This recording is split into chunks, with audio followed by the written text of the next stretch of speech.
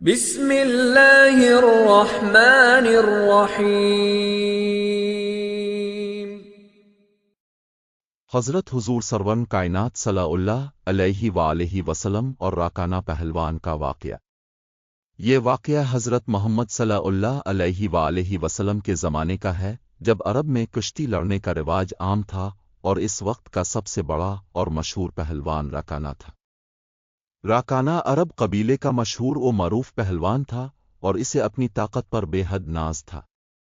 وہ ہر مقابلے میں ہمیشہ جیتتا اور اپنی طاقت کی وجہ سے بڑے فخر سے رہتا۔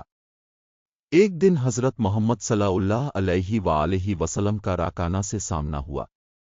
اپنے راکانہ کو اسلام کی دعوت دی اور اللہ کی وحدانیت کا پیغام پہنچایا۔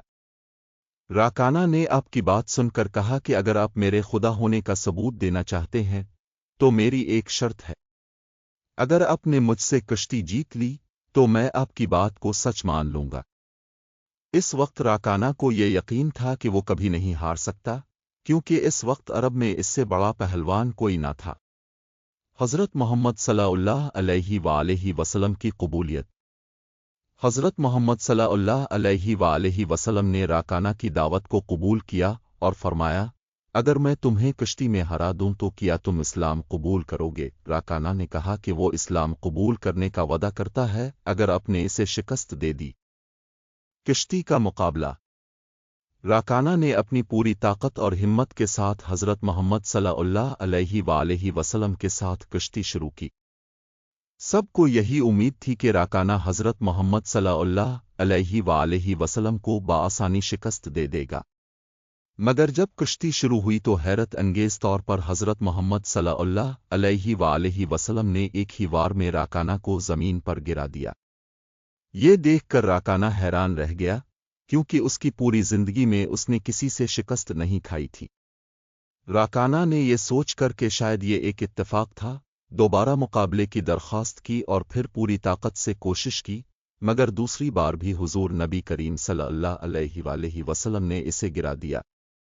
اس کے بعد تیسری مرتبہ بھی یہی ہوا، اور ہر بار راکانہ کو شکست کا سامنا کرنا پڑا۔ راکانہ کا ایمان لانا۔ 3 بار شکست کھانے کے بعد راکانہ کے دل میں حضرت محمد صلی اللہ علیہ وآلہ وسلم کی سچائی کی گواہی آ چکی تھی۔ اس نے اپنی زندگی میں پہلی بار اپنی شکست کو قبول کرتے ہوئے کہا، واقعی آپ اللہ کے رسول ہیں۔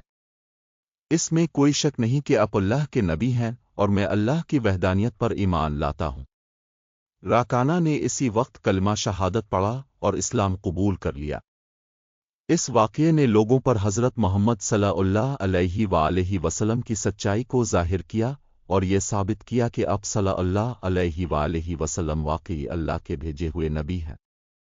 اس واقعے سے ہمیں یہ سبق ملتا ہے کہ اللہ تعالیٰ کے نبی صلی اللہ علیہ وآلہ وسلم کو اللہ کی طرف سے دی گئی طاقت و حکمت کے ساتھ ہر موقع پر کامیاب بنایا گیا۔ حضرت محمد صلی اللہ علیہ وآلہ وسلم نے اپنی طاقت کو کبھی ظلم کرنے والوں کے لیے استعمال نہیں کیا، بلکہ حق و انصاف اور سچائی کی خاطر ہمیشہ استعمال کیا۔ راکانہ کے واقعے سے اسلام کی سچائی اور اللہ کے نبی صلی اللہ علیہ وآلہ وسلم کی عظمت ظاہر ہوتی ہے۔ اس واقعے کے بعد راکانہ کی زندگی میں تبدیلی آئی، اور اس نے اسلام کی تبلیغ اور اپنے ایمان کو مضبوطی سے اپنانے کی طرف قدم بڑھائے۔